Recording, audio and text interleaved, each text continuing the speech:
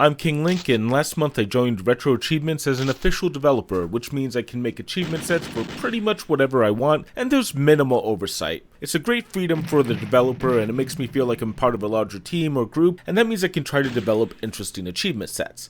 But that's not the end. It opens up a lot of doors, and one of those doors is the ability to participate in what's known as DevJams. DevJams are a way to focus on a single system, especially systems that never had an official launch on the site, and try to work together to develop as many achievement sets for those systems. As this video comes out, it's the Sega Saturn's turn, and honestly, I don't have much to say about the Saturn. Well, I can say one thing. I think I've only seen 1 or 2 Sega Saturns, if that, in my life, and I'm definitely sure I've never seen one actually set up and running. That's not super surprising. The console really never sold well, like 2 million total units in America, and the 5th generation was really dominated by the PlayStation, and even after that, the N64 was everywhere, so I'm not that surprised. But I don't want this to be a discussion of the Sega Saturn, a console I've really never seen. This is more a discussion of the games, and I have 2 amazing titles to talk about. There are technically 3 games in this video though. Let's start with a big confession though. I'm not a fan of the original Elevator Action or really any of its titles. I don't think it's that fun. In fact, it's almost always a frustrating game, and in the arcade, it's great the first time you play it, but I don't know, I just don't like this game.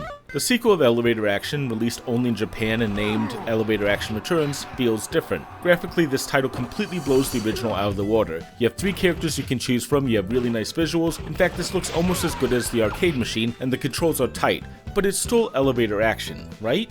Well, yeah, until you get to this part, and holy crap, this is one of the best transitions in gaming that lets you know this game is not going to be messing around. The rest of this level is similar to the original game, but from here, Elevator Action Returns completely changes and just becomes exactly what it says on the title screen. It's a return to the pinnacle of gaming. Elevator Action Returns has 6 awesome levels, the remaining 5 have unique moments, and I've played through this game multiple times while testing, but every level here is great, and having 3 characters that feel slightly different is a nice touch. At the same time, it is still an arcade game. You can beat this game in about 20 minutes if you were trying. There's a decent challenge to the game, and if you play by the rules of it, 3 continues will be tight, but before long, it'll be more than enough to beat the game on normal or even hard.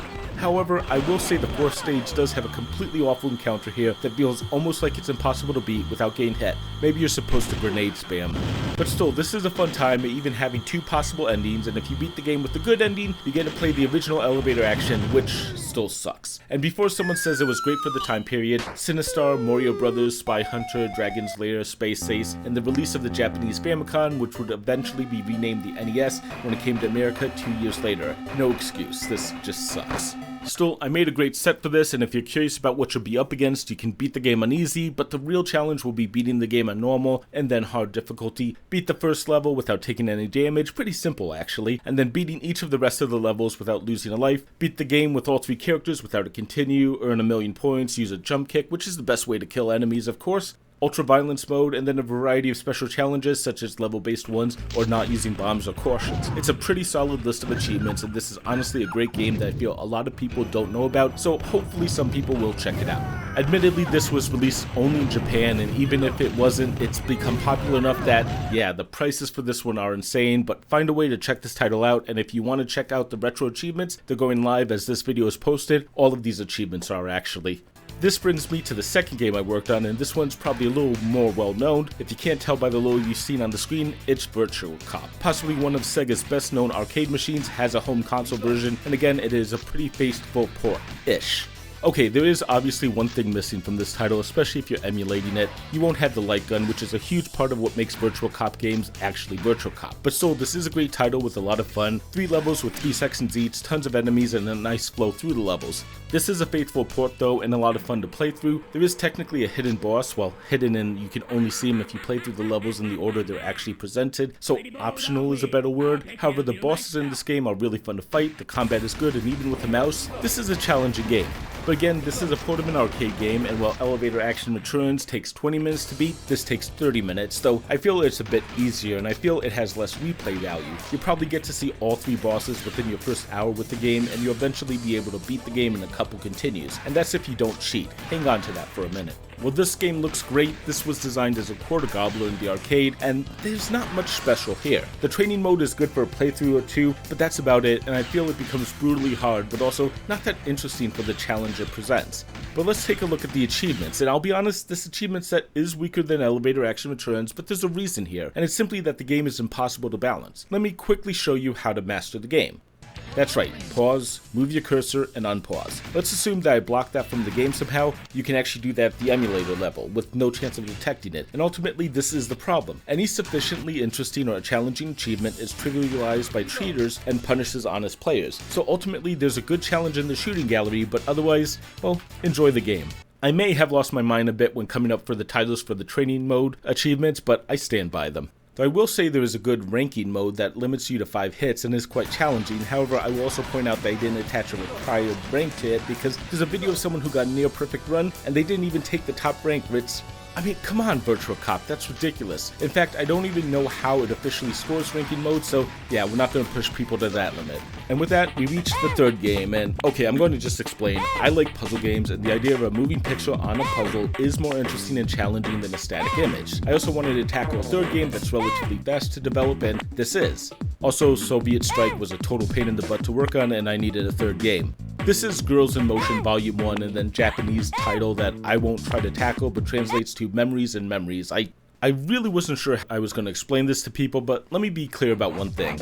This isn't porn, which I think is actually a negative because that at least would have made the game a little more interesting, because as it is, this game is really tame and like you honestly see most of the game. You do puzzles with moving images, pretty girls are on photo shoots, and the image is really grainy, and when you complete a puzzle you get a second video and that's really it. There's also a calendar mode in the game, so you can do a puzzle of a random girl every day of a calendar year and base it on the day of the year, so it still works in 2024. But don't tell the Saturn what actually happened to it. Being replaced by the Dreamcast so easily is not the way it deserved to go. Or maybe it did. Again, not a Saturn review.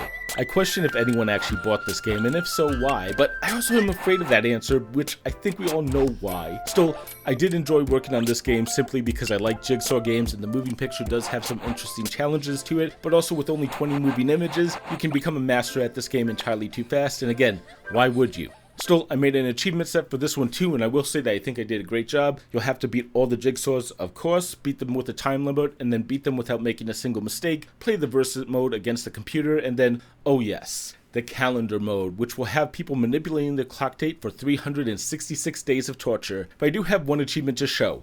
National Gorgeous Grandma Day. And while every holiday I mentioned here is a real holiday, what is Natural Gorgeous Grandma Day? But with that being said, that's really all I have to talk about this time. All 3 games should be live on Retroachievement as this video releases, depending on if I hit the button, so go check them out if you're interested in the Sega Saturn. And if you want to see more from me, click subscribe and ring that bell. And if there are more games I should check out on the Sega Saturn or any other console, let me know in the comments. And the next DevJam will be on the PC Engine, also known as the TurboGrafx 16, as well as the CD add-on, so if there are any games that should be checked out there, that'd be great info. I'll pop up my previous videos on Dolphin for the Atari 2600 and Dynasty Warriors 3 for the PlayStation 2. If you're interested, you should check those out. See you next time.